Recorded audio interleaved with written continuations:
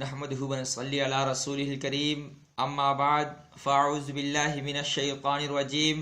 بسم الله الرحمن الرحيم اياك نعبد واياك نستعين صدق اللہ العظیم۔ اس وقت کیا کریں کہ ہمارے زندگی میں چین و سکون ہو اور ہم زندگی آسانی سے گزار سکیں، کیونکہ جس طرح کا ماحول بنتا جا رہا ہے لوگ دن بدن پریشانی میں مبتلا ہوتے جا رہے ہیں، اور گھر بیٹھ کر کے بھی ان کے ذہنوں میں ٹینشن پریشانی کا جو ایک پہاڑ بنتا جا رہا ہے، اس سے آج ہم کیسے بچ سکتے ہیں انشاءاللہ میں اس پہ روشنی ڈالنے کی کوشش کروں گا۔ آپ لوگوں سے گزارش ہے کہ آخر تک اس پیغام کو سنیں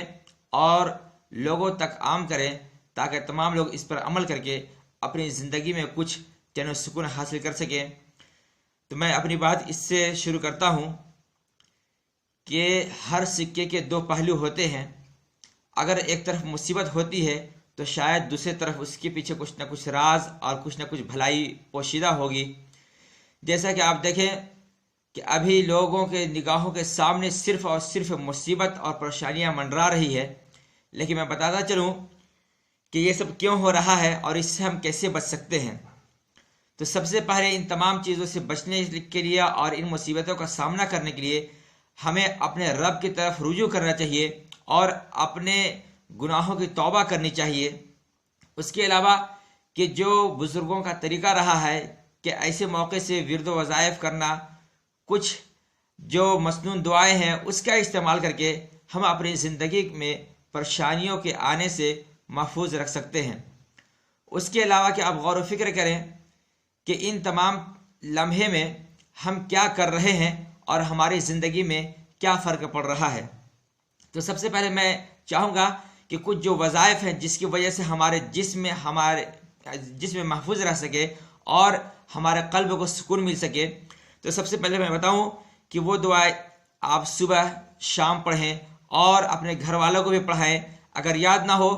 تو اس کے ذریعے، اس ویڈیو کے ذریعے آپ لوگ یاد کر لیں۔ تو میں آپ لوگوں کے سامنے وہ دعا پیش کرنے جا رہا ہوں کہ صبح شام ان دعاؤں کا ورد کریں۔ کہ سب سے پہلے پڑھیں بسم اللہ الرحمن الرحیم، اس کے بعد پڑھیں بسم اللہ الذی لا یضر مع اسمہ شیء فی الارض ولا فی السماء وہو السمیع العلیم۔ اور ایک اور دعا ہے جو بہت ابھی مشہور ہو رہی ہے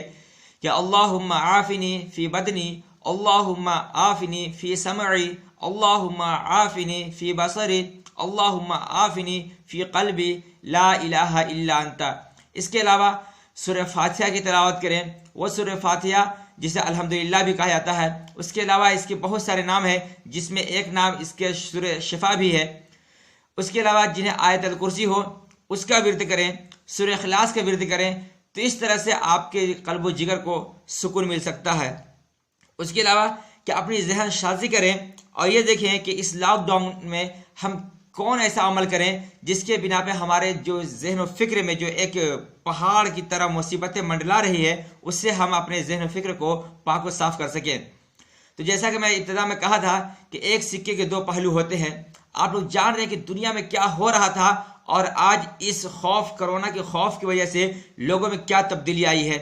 ہر انسان اپنے کام میں اس طرح مصروف تھا کہ لوگ اپنے خالق کو بھول گئے تھے، اپنے مالک کو بھول گئے تھے، اور بہت سارے لوگ خود ہی کو خالق و مالک ماننے لگے تھے۔ لیکن اللہ کے ایک قہر نے، اللہ کے ایک عذاب نے، ایک چھوٹے سے وائرس نے دنیا کے ذہن کو منتشر کر دیا اور لوگوں نے اپنے اپنے جو ذہن کو ایک طرف لے جا رہے تھے اس سے روکنے پر مجبور ہو گئے۔ تو میں بتاتا چلوں کہ ایسے وقت میں ہم کیا کریں۔ تو سب سے پہلے کہ یہ تو اللہ کا اگر قہر ہے تو دوسرے ان لوگوں کے لیے ایک سنہرا موقع ہے کہ جو لوگ اپنی زندگی میں چین و سکون کے لیے ترس رہے تھے، جب سے وہ پیدا ہوئے تھے تب سے وہ فٹ پاتھ پہ زندگی گزار کے، دوسروں کی مزدوری کر کے اور بھی زندگی بھر مصیبتیں جھیل کر کبھی چین و سکون کی نیند نہیں لے پائے تھے، کبھی وہ گھر پہ آرام نہیں کر پائے تھے، کبھی اپنے بیوی بچوں کے ساتھ سکون کے ساتھ وقت نہیں گزار پائے تھے، کبھی اپنے ماں باپ کے سامنے اپنی زندگی بشر نہیں کر پائے تھے۔ لیکن یہ ایسا وقت آ گیا ہے کہ وہ لوگ اپنی زندگی آرام سے گزار رہے تھے، اس طرح سے آج اللہ کے عذاب کی وجہ سے بہت سارے لوگ جو کبھی آرام نہیں کر رہے تھے آج انہیں ایک آرام کا موقع بھی ملا ہے، اور وہ چاہیں تو اس طرح سے اللہ کا شکر ادا کر سکتے ہیں کہ یا اللہ رزق تو دینے والا ہے، لیکن آج چاہ کر کے بھی مجھے کام سے تو نے بچا لیا، اور میں جو دن بھر پریشان رہا کرتا تھا آج چین کی نیند لے سکتا ہوں۔ اس کے علاوہ کہ ہم اپنے گناہوں کے ساتھ ساتھ اپنے اعمال کا جائزہ لیں اور دیکھیں کہ ہم نے کیا کیا ہے اور آج بھی ہم کیا کر رہے ہیں، کیونکہ بہت سارے کام تو بند ہے، بہت سارے کا اکثر و بیشتر کام بند ہے، لیکن لوگ زندگی نہ جانے کس طرح سے گزار رہے ہیں۔ لوگ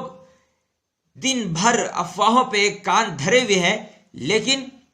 وہ اپنے اعمال کا جائزہ نہیں لے رہے ہیں۔ لوگ بیٹھے بیٹھے گھر میں بور ہو جا رہے ہیں، دروازے پہ بیٹھے بیٹھے وہ پریشان ہو جا رہے ہیں، تنہائی کے وہ شکار ہو رہے ہیں، لیکن یہ نہیں سوچ رہے ہیں کہ ایسی تنہائی میں کاش کہ ہم اس خدا کو یاد کرتے جس کے سامنے ہمیں تنہا پیش ہونا ہے۔ ایسے وقت میں ہم کم سے کم خدا کی عبادت کر کے ہم خدا کو راضی کر لیں۔ اس کے علاوہ علماء کرام جو دین کی خدمت کیا کرتے تھے، تو ان کے لیے بھی ابھی موقع ہے کہ وہ چاہے تو کتابیں لکھ سکتے ہیں، اپنے پیغام اور اپنے جو قیمتی معلومات کو کسی اور بھی ذریعے لوگوں تک پہنچا سکتے ہیں۔ اس کے علاوہ جو ابھی حفاظ کرام ہے، جنہیں رمضان سے پہلے دور کرنا پڑتا ہے اور اس کے لیے انہیں وقت کی ضرورت ہوا کرتی ہے، اور بہت ساری مصروفیت کی وجہ سے انہیں وقت نہیں مل پاتا ہے اور بہت ساری مشکلوں کا سامنا کرنا پڑتا ہے، لیکن ابھی ان کے پاس بھی ایک سنہرا موقع ہے، وہ چاہے تو تلاوتیں کر کے اپنا دور مکمل کر سکتے ہیں، اور پھر رمضان میں ان کے لیے ایک آسانی کا سامان بن سکتا ہے۔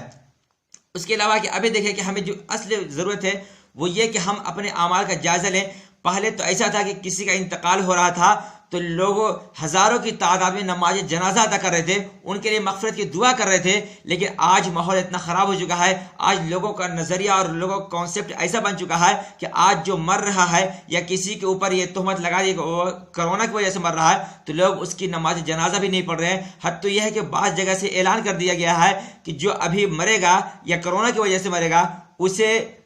دفن نہیں کیا جائے گا بلکہ اسے جلا دیا جائے گا۔ کتنا افسوس کا مقام ہے۔ سوچے کہ ابھی ہم خود اپنی زندگی میں ہم اپنی نمازیں ادا نہیں کر رہے ہیں، اور جب ہم اپنی نمازیں ادا نہیں کر رہے ہیں تو وہ دن آ گیا ہے کہ لوگ بھی ہماری نمازیں ادا نہیں کریں گے، یعنی نماز جنازہ ہماری ادا نہ کی جائے گی۔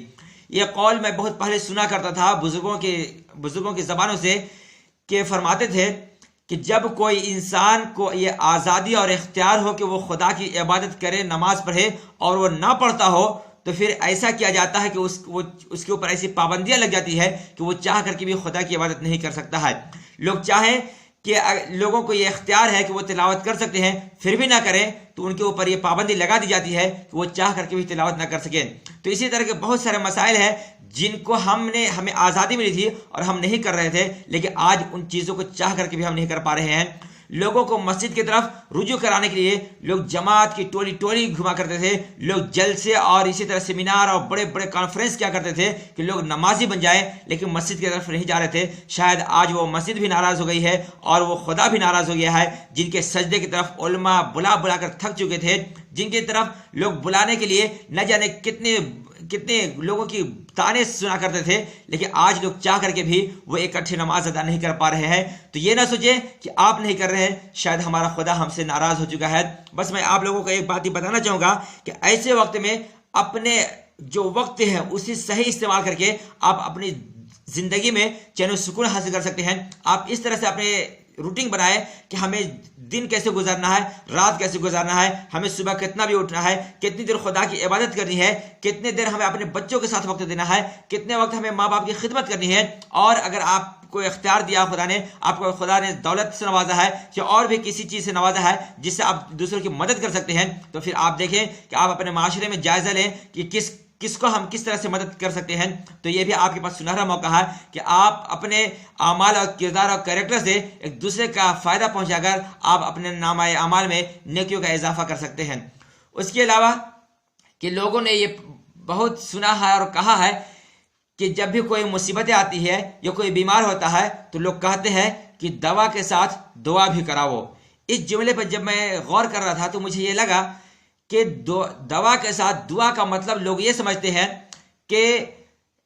جب ڈاکٹر کے پاس جائیں دوا کے لیے تو اس کے ساتھ ہمیں کسی مولانا صاحب کے پاس، کسی عالم صاحب کے پاس یا کسی پرہیزگار کے پاس جا کر کے ان سے تعویذ لینا چاہیے یا پھر ان سے دعا کرانی چاہیے۔ لیکن اس کا ایک پہلو یہ بھی ہو سکتا ہے کہ جس طرح سے آپ مرض سے شفا پانے کے لیے، آپ بیماری سے شفا پانے کے لیے ڈاکٹر کے پاس جاتے ہیں، پیسہ سے دوا خریدتے ہیں، تو اسی طرح آپ چاہیں تو اسی پیسے میں سے کچھ پیسہ نکال کر غریبوں کی مدد کر کے، غریبوں کی دعا لے کر کے آپ اس سے زیادہ علاج کرا سکتے ہیں اور اس سے زیادہ فائدہ ہو سکتا ہے، کیونکہ ہم لوگوں کا یہ عقیدہ ہے کہ مصیبت خدا کی طرف سے آتی ہے اور ٹالنے والا بھی خدا ہے. جیسا کہ ہمارا ایمان و عقیدہ ہے کہ اللہ ہر چیز پہ قادر ہے، جو چاہے وہ کر سکتا ہے. تو ہمیں یہ چاہیے کہ جس طرح سے دنیاوی مصیبتوں سے بچنے کے لیے ہم اپنے تمام حربے استعمال کر رہے ہیں، اپنے تمام ذرائع کا استعمال کر رہے ہیں، تو جس طرح دوا کر رہے ہیں، تو آج دعا کی بھی ضرورت ہے. کہ دعا کی یہ ضرورت ہے کہ آپ جو پیسے دوسری جگہ خرچ کر رہے تھے اپنی سیفٹی کے لیے، اپنی صحت کے لیے، وہ پیسے آپ اپنے غریبوں پہ خرچ کرنا شروع کر دیں،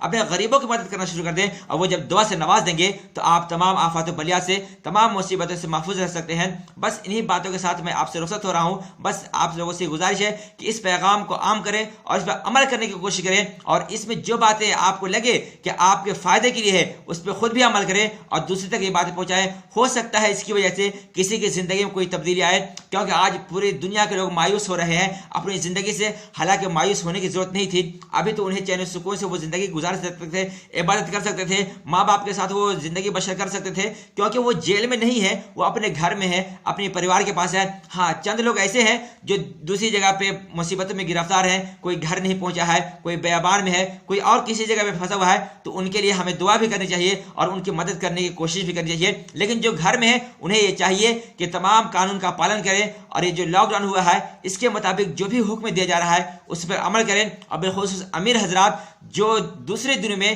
غریبوں کے یہاں جاتے ہیں اپنے مفاد کے لیے، اپنے فائدے کے لیے، جیسا کہ بالخصوص آپ لوگ لے لیں مکھیا کو، سرپنچ کو، یا پھر پردھان کو، مہا پردھان کو، یہ اس طرح کے جو بھی لوگ ہوتے ہیں کہ جب چناؤ کا وقت آتا ہے تو وہ گھر گھر جا کر کے اس کے سامنے ہاتھ بھی جوڑتے ہیں، ان کی خیریت بھی پوچھتے ہیں، باپ سے الگ خیریت پوچھتے ہیں، بیوی سے الگ پوچھتے ہیں، ماں سے الگ پوچھتے ہیں، گویا کہ گھر کے ہر فرد کی خبر لیتے ہیں. لیکن آج ضرورت اس بات کی ہے کہ ہم اس وقت کو یاد کریں کہ جب ہمیں ضرورت ہوتی ہے تو ہم ان تک پہنچتے ہیں. آج ان کی ضرورت ہے تو آج بھی ہمیں ان تک پہنچنے کی کوشش کرنی چاہیے. جس طرح ہم چناؤ کے دنوں میں جب کل ووٹ ہونے والا ہوتا ہے تو آج رات پہنچ کر وہ لوگ جو چناؤ میں کھڑے ہوتے ہیں وہ کوئی 500 کا نوٹ، کوئی 1000 کا نوٹ، کوئی 2000 کا نوٹ، اسی طرح کئی ہزار روپیہ لوگ رات کی تاریکیوں میں ہاتھ میں چھپا کر وہ دیتے ہیں کہ ہاں لیجئے اور کل ووٹ ہمیں دیجیے گا. تو میں ان سے گزارش کرنا چاہوں گا کہ آج وہ وقت ہے کہ آپ آج رات کی تاریکیوں میں آج ان کے گھر پہنچیں، آج ان کے گھر پہنچ کر ان کی مصیبتوں کا جائزہ لیں اور ان کی مدد کریں.